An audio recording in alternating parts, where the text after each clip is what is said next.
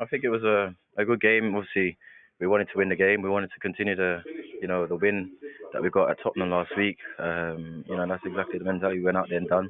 We fought, we went behind, kept coming back, and that showed the mentality of us. Oh, for you? Yeah, very, very strange. The first time I played against City since I left. But yeah, I've got the utmost respect for the club that I spent 15 years at. It was nice to see some friends. I'm lucky not to get a win, but yeah, it was another great game. I wonder if they all think it was nice to see you. I mean, you must have family, friends at home fuming at the moment with you and your equaliser. Yeah, probably got many City fans, I know. But yeah, just get even it. For both of you, actually, Raheem, it looked like you weren't 100% sure whether to celebrate or not when you got your goal. Yeah, I scored, and obviously scoring is a good feeling, and you remember it's your old club, so you don't try to overdo it. How did you feel? Stood over that penalty? Yeah, a long time waiting, but I felt confident. I've got a few penalties now. You haven't, you? The last few weeks, been a few.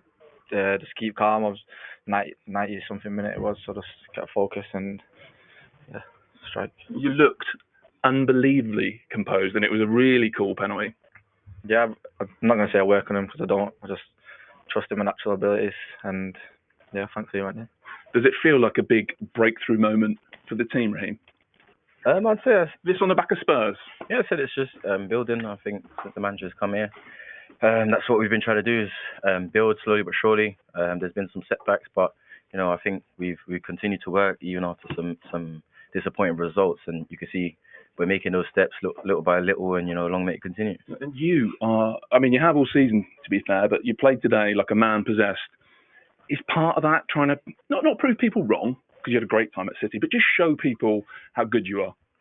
I said I had a great time at City. I think people know what I can do, and with the foundation the manager's laid out here, just go out here and perform, and I think. I said the building block the team's doing. It's just good to be part of it. Yeah, you touched on it already, Cole. I think you said it was weird, but the whole experience of playing your old team, of playing City, the club you've been at all your life.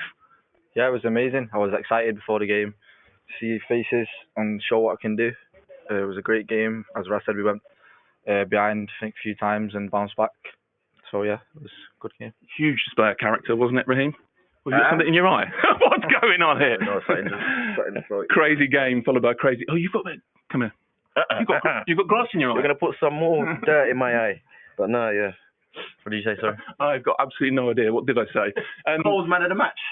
Cole is man of the match. Should we do that? Yeah. Player of the match. Cole Palmer. Thank you. True thing could have been either. It could have been a lot of starring roles out there this afternoon from both sides, Chelsea and Manchester City. Jamie Carragher's joined us.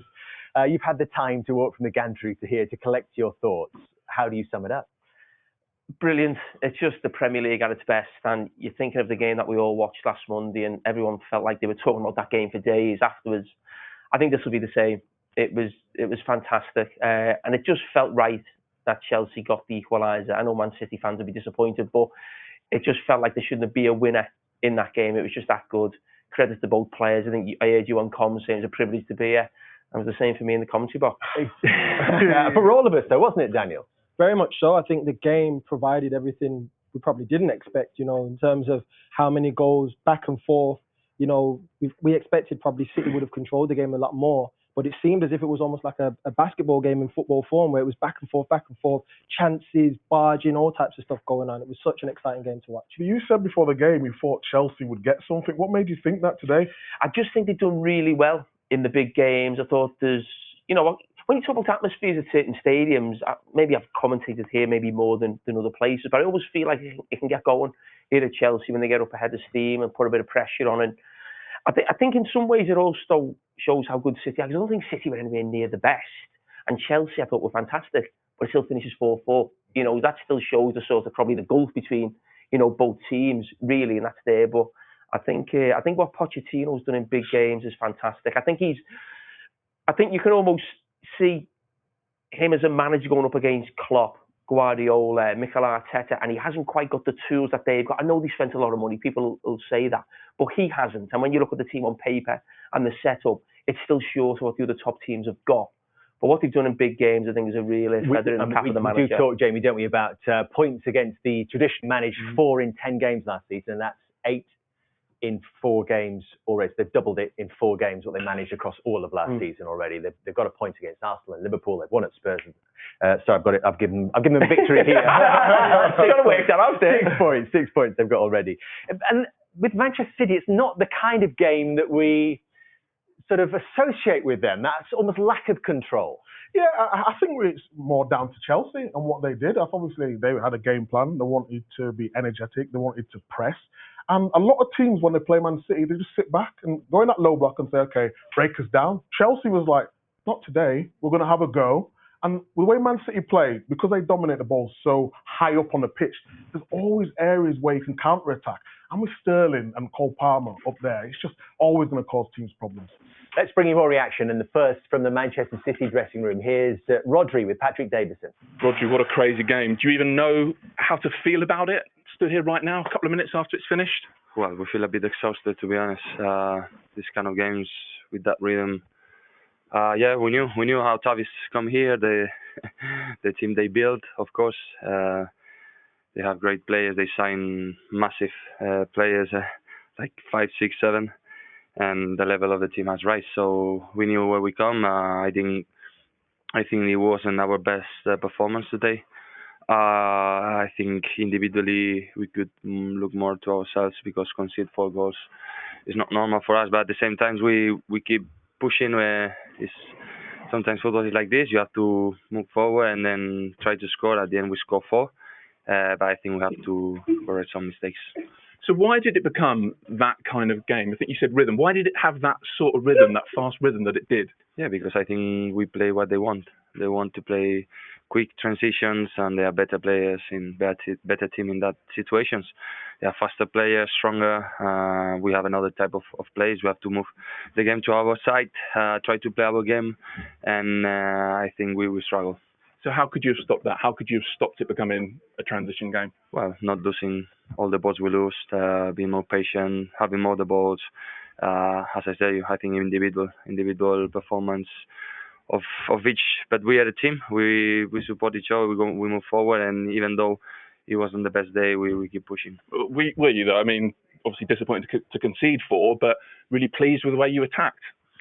Yeah, and thinking that we were very, very close to win this game. Yeah, a bit disappointed with this fact, but we have the feeling sometimes when we are not ourselves that the result, of course, we want to win is important, but we know if we want to win what we have to do. And I think, of course, be credit for the opponent because they also have good players and they play here at home. They make pressure. We're the treble winners. Everyone wants to be there, so it's the situation, but we go to the national team with 1 point ahead, first in the league. So, refresh to the comeback. Thank you. Thank you. It will be obvious disappointment, won't there, Micah, in the City dressing room, conceding 4 goals, letting a lead slip so late in a game?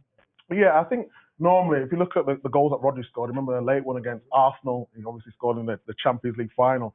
So when he scored today, I think it's game done. City will just manage the game like they normally do, keep the ball. But it wasn't meant to be. I mean, this Chelsea side, and I said it from the start of the season, there's something special. Something's brewing with them. They've got a right manager. They've got young players who want to create something, be on the front foot. So I always thought it would be dangerous. But, a point away, you can't complain. I thought you'd be enthused. You're really enthused about Chelsea. No, I just love them. I just love watching. I think since the manager come in, you can see what normally when managers come in, and you're thinking, it takes them 6 months, a year to stamp their authority and what they want to do. I can see what Chelsea are trying to do with the fullbacks and the midfield rotation, the way they want to press from the front. And Chelsea have actually played well this season, but they've not finished off the chances. The difference now is, against Spurs, against today, they're finishing off the chances. Simple as that. Well, we did promise we will relive that. We will do that if you joined it late. Draws in the games you mentioned, of course, going away as well to Spurs, and at the time they were the league leaders. That gives you a lot of belief as well. So I think they're gradually, it was never going to happen overnight, Steve. Never. Chelsea have been in the doldrums for a bit too long for that to happen. But I think now we're starting to see a proper Chelsea team. All square between Brighton and Sheffield United. Liverpool back to winning ways. So too West Ham. And then Chelsea 4, Manchester City 4, courtesy of that equaliser from the former City player, Cole Palmer, in the 95th minute. Sheffield United may only have got a point today at Brighton, but it does psychologically lift them off the bottom. Burnley now propping up the division, then Sheffield United, then Luton, the three promoted teams all in the relegation zone. So at the top, we go into the international break with the champions on top, but only by a point because of that penalty by Cole Palmer. They're one clear of Liverpool and Arsenal, two clear of Spurs, and now only three clear of Aston Villa, who are up to fifth, courtesy of another 3 points at Villa Park. Manchester United in the top six by 1 point. Right on the stroke of half-time, City level. Then 91 seconds into the second half, Haaland again. Then back came Chelsea for 3-3. It looked as though Rodri's deflected shot had won it with 3 minutes of the 90 to go. But then Cole Palmer, who you just heard from, in the 95th minute against his former club with his fourth Premier League penalty in 5 games to get a point for Chelsea. Just a quick one. You understand why they don't want to celebrate against their old club? Sort of. Yeah, a little bit of mark of respect. Sort of, I say, because I think it's all, you're at a new club now. They're your new teammates. It's your job. You should be happy to score. Of course, I don't advocate running in front of you. Okay, right. Are we all okay with the awarding of this penalty in the 95th minute? For me, yes. I think Roger does fantastically, to be honest with you, because he leaves his chop so late that Diaz actually thinks he's going to shoot and slides into him. So for me, yeah, it's definitely a penalty. Centre half for you? Yeah, I mean, what is it? 3 minutes left in the game. Strikers looks like he's in about to shoot. You panic and rush back in and try and get in the way of the ball. And when you go in like that, he did get a little.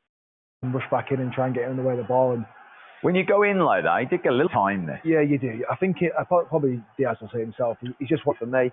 I think Diaz does get a touch of the ball. If the ball then moves into an area whereby a shot on target can't be taken, then and Brozier's still about to have a shot, so it's got to be a penalty when he brings him down. And the coolness of this guy is unbelievable. Listen to this.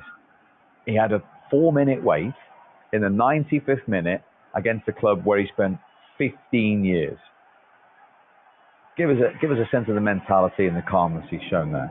That's him. He's from when I've met him, the way I've seen him play, he's a very, very laid back person. He seems to take everything in his stride, and any pressures that are there, he welcomes them. Like for him, that he would have enjoyed that moment, not just putting the ball in the back of the net, being that person that they've lent on to take that penalty.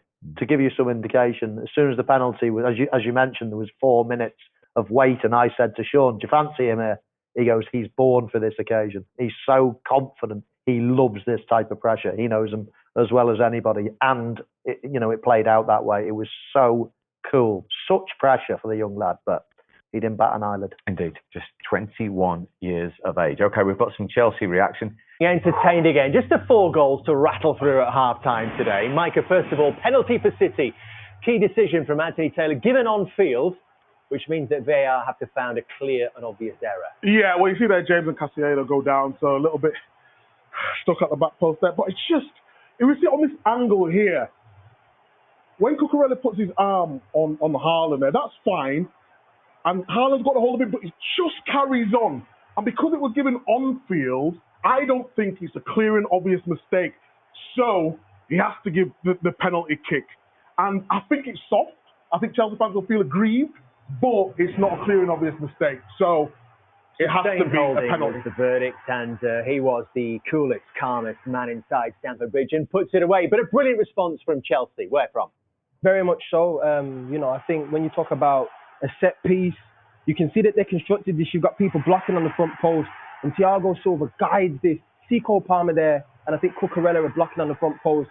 Thiago Silva edges it right off the corner of his head, and he just guides it into the far corner. Fantastic finish. And then you see the confidence flooding through Chelsea. Yeah, long ball you see here, the counter pressing. They picked up that ball there, played it out to Palmer, and you see Reece James and Doku out there.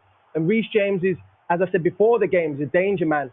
Messed up at the back there with Guardiola, but Sterling is in the centre of the goal. It's the key position to be as the far winger. Whenever you see that other side, the key is to be in the central position within the post to be able to have a tap in, and much deserved goal for Raheem today has been fantastic. He certainly has. He's been so bright, and a City-style finish at the back post, as Jamie Carragher was pointing out on commentary.